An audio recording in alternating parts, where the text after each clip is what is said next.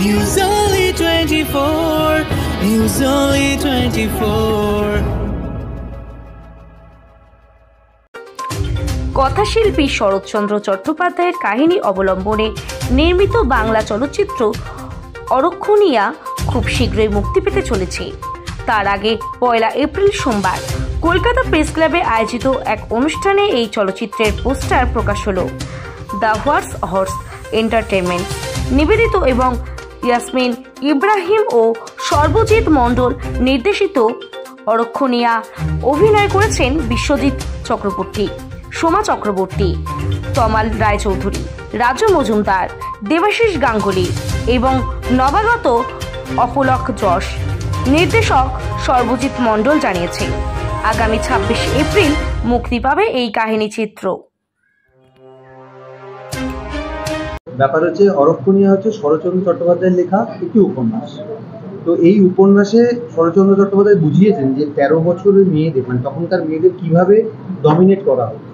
তো সেই জায়গা থেকে দাঁড়িয়ে মেয়েদের, আজ মেয়েরা তো রান্নাঘর থেকে আপনার মহাকাশ যাত্রা সমস্তটাই তারা আজ ওয়াকিবল এবং প্রেসেও রয়েছে, সমস্ত জায়গায় রয়েছে। তো তাদের নিয়ে এই গল্পটাকে গোছানো, সেই সময়কার চিন্তাভাবনাটাকে মাথায় রেখেই, এখনকার মতো আমরা 3D বা গ্রাফিক্স সেরকম কিছুই করিনি, কিন্তু আমরা সেট বা লোকেশন যেভাবে ব্যবহার করেছি সেটা সেই সময় আপনারা ছবিটা দেখলেই বুঝতে পারবেন যে একদম সেই রকমভাবেই ব্যবহার করা আছে। এখন আমাদের বর্তমান সমাজে যে যাচ্ছে, মানে যে পরিস্থিতি যাচ্ছে আমরা সবাই জানি।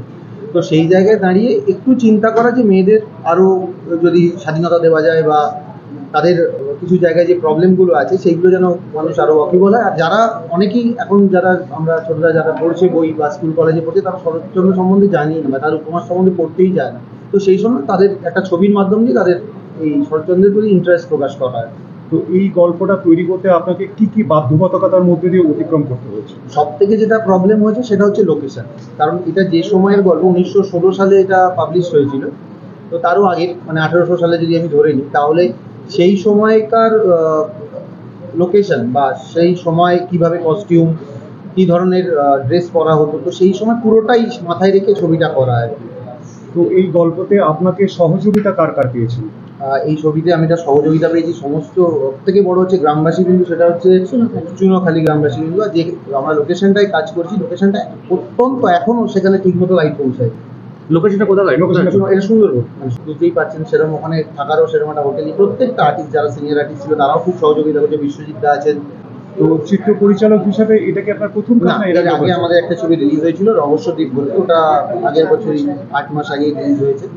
চেষ্টা করছি আরো ভালো ছবি দর্শকদের উপরে। ছবিটা 2 ঘন্টা 10 মিনিট। গান কিছু রেখেছি? হ্যাঁ, দুটো রবীন্দ্রসঙ্গীত আছে এতে।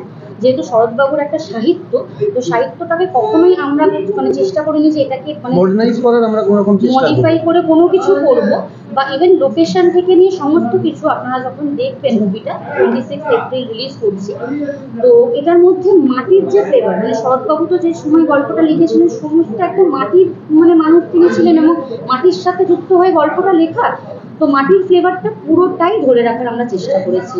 লোকেশন থেকে, ড্রেস থেকে নিয়ে, মেকআপ থেকে নিয়ে, মানে এখন যেটা হয়, আমি এটা কাউকে মানে হেউ করে বলবো না, সেটা প্রত্যেকটা মানুষের একটা চিন্তা ভাবনা যদিও, কিন্তু কি আমরা যে গল্পটা করছি আমাদের চিন্তা চেষ্টা করছি সেটা যাতে সেই ফ্লেভারটা রাখা যায়।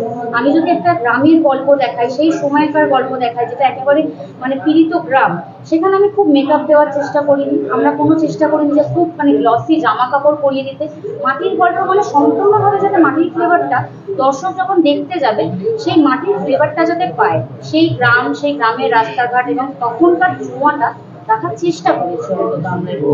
অভিনয় কে কে আছে? অভিনয় আছে বিশ্বজিৎ চক্রবর্তী আছেন, সোমা ব্যানার্জি, রাজু মজুমদার, তারপর আপনার দেবাশিস গাঙ্গুলি, জ্ঞানদা চরিত্রে একটি নতুন মেয়ে ডেবিউ করেছে আমাদের হাউস থেকে, এবং অপলক জাস্ট অতুলের চরিত্রে মানে করেছে, তাকে আমরা দিয়েছি কাজটা। এবার ব্যাপারটা হচ্ছে কি, এখানে অতুলের একটা ক্যারেক্টার নিয়ে ভ্যারিফাই রয়েছে, সেটা হচ্ছে তখন অরক্ষণীয়া কথাটির অর্থ হচ্ছে যে বয়স্কা মেয়ে যাকে বিয়ে না দিয়ে বাড়িতে রাখা যাবে না, সেটা হচ্ছে সব থেকে দুষ্কর একটা ব্যাপার ছিল। এবং কোথাও না কোথাও রূপের ব্যাপারটা কিন্তু এখনো আমাদের সমাজে আছে। মেয়েদের রূপ নিয়ে একটা তো কোথাও না কোথাও এখন আমরা মানে ভাবি, তো গুণটা তো বিচার হয় না, সর্বপ্রথম আগে রূপটা হয়। তখনকার যুগে আরো বেশি ছিল এই ব্যাপারটা, যে রূপবতী না হলে মানে হয়তো দেখা গেল মেয়ে যে বয়সে 10 বা 12 বছর, বিয়ে হলে হয়তো কি বাবার বয়সী লোকের সাথে, কেন? কারণ তাকে সেই রকম কিছু করা যাবে না।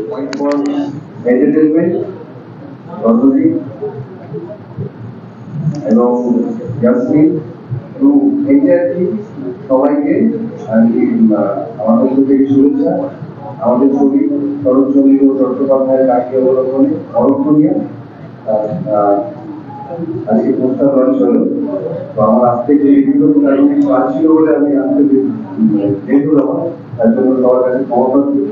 যাই হোক, আলটিমেটলি উপস্থিত হতে পারলাম এবং সবার সঙ্গে দেখা হলো, আপনাদের সঙ্গে দেখা হলো, সবার কাছে পৌঁছে যাক অরক্ষণীয়। আরো একবার ধন্যবাদ। সাহিত্যে অভিনয় করেছি একটা সময়, তারপর দীর্ঘদিন সেটা বন্ধ হয়ে গেছে নানা কারণে। তাই এতদিন বাদে যখন আবার অরক্ষণীয়া, এবং অরক্ষণীয়া কেন, শরৎবাবুর যে কোনো লেখা কিংবা অন্যান্য সাহিত্যিকের লেখা যদি হয়, আমার মনে হয় শিল্পীরা আগে যদি সেই সুযোগ পায় তো নিশ্চয়ই করার জন্য এগিয়ে আসবে। এটা একটা কি হয়, এই সাহিত্যের এই চরিত্রগুলো তো আমাদের মানুষের মনে একেবারে গেঁথে গেছে। তখন মনে ওই চরিত্রে যদি অভিনয় করতে পারি বড় নিজেকে ধন্য বলে মনে করতাম। তো আমারও ঠিক তাই একদম। এবং জ্ঞানদার যে জেঠিমা, আমি স্বভাবত যে অভিনয় করি তার থেকে একটু আলাদা, সেই জন্য আমার অভিনয় করতে এবং ডাবিংয়ে আমার খুব ভালো লেগেছে। এবং আরেকটা কথা না বললে নয়, চুনোখালির মানুষরা, আমরা বিভিন্ন বাড়িতে আর্টিস্টরা টেকনিশিয়ানরা ভাগাভাগি করেছিলাম। তারা ওই একটা দিন একটা রাতে কি যে আপন করে নিয়েছে, ওই সাহিত্য পড়তে পড়তে দেখবেন আপনি অনেক সময় দেখতে পাবেন, যে কোনো বই পড়লেই দেখা যায়, যদি একটু ইমাজিন করা যায়, মানে সেই পাওয়ারটা থাকে। তো এই গ্রামটা না একেবারে সেরকম, গ্রামের মানুষগুলো একেবারে সেরকম। তো ফলে না আমরা একটু লোকেশনে গিয়ে শরৎচন্দ্রের অরক্ষণীয়া, সেই গ্রামের মানুষরা, তাদের এত আতিথেয়তা, এত মানে বড্ড বড্ড আন্তরিক তারা, তাতে না একটু মেসমারাইজড হয়েই পাঠটা করেছি। আর ভালো লেখা পেলে বলুন না, আমরা অভিনেত্রী, আমরা তো একটু লোভ হবেই আমাদের, তো সেইটা আমি পেয়েছি। একেবারে কষ্ট হয়েছে ওদের, বুঝতে পেরেছি। যেমন অপলক যে নতুন পাঠ করেছে, খুবই অসুবিধে। প্রথম কথা, প্রথম স্ক্রিনের সামনে দাঁড়িয়ে সাহিত্য এবং শরৎবাবু, সেটা বিরাট কঠিন ব্যাপার। মানে হয়তো ও খুব স্বাভাবিকভাবে ভেবে এসেছে, কিন্তু সেটা একেবারেই নয়। আমি বলছি, আমি শর্ট দিতে যাওয়ার আগে দুবার ভাবতাম যে আচ্ছা এটা এইভাবে বলবো, বারবার শানুকে আর একে জিজ্ঞেস করলাম, দাঁড়া দুবার প্র্যাকটিস করি, কারণ সত্যি সেটা তো আমরা অভ্যস্ত নই। সেই বডি ল্যাঙ্গুয়েজ, সেই ভাষা, সেই সম্বোধন করা, আমার যা বা আমার ছোট যা আছে, মেজো যা আছে, জ্ঞানী যে তাড়িয়ে, এবং জ্ঞানদাকে যে জ্ঞানী একটা ভাবে ডাকা, অসম্ভব কড়া নিয়মানুবর্তিতা মেনে একজন বিধবা, সেটা কিন্তু একটু জানতে হবে, একটু ভাবতে হবে।